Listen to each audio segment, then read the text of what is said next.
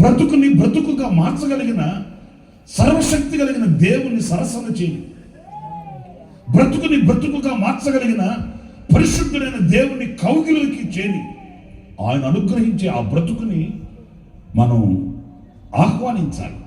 అందుకే దేవుజనులు మన ఆత్మీయ రేసన్న గారు నోరాన పాడుకునేవాడు, యేసయ్యా నీతో జీవించగానే నా బ్రతుకు అంటే అంతకుముందు బతికింది బతుకు కాదా?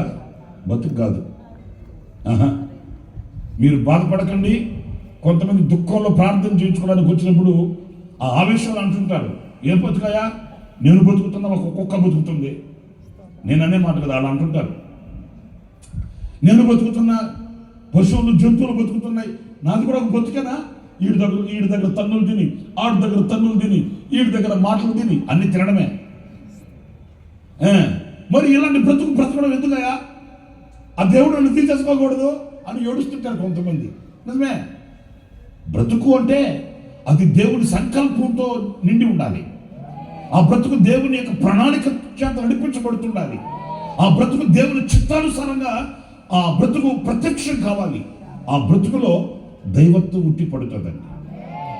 ఒకవేళ చేతిలో డబ్బు లేకపోవచ్చు, ఆస్తులు లేకపోవచ్చు, అంతస్తులు లేకపోవచ్చు, ఘనతలు కీర్తి ప్రఖ్యాతులు మనకు లేకపోవచ్చేమో, కానీ జీవితంలో ఉండవలసిన ఆ సంతోష సమాధానాన్ని మనం పోగొట్టుకోకూడదు.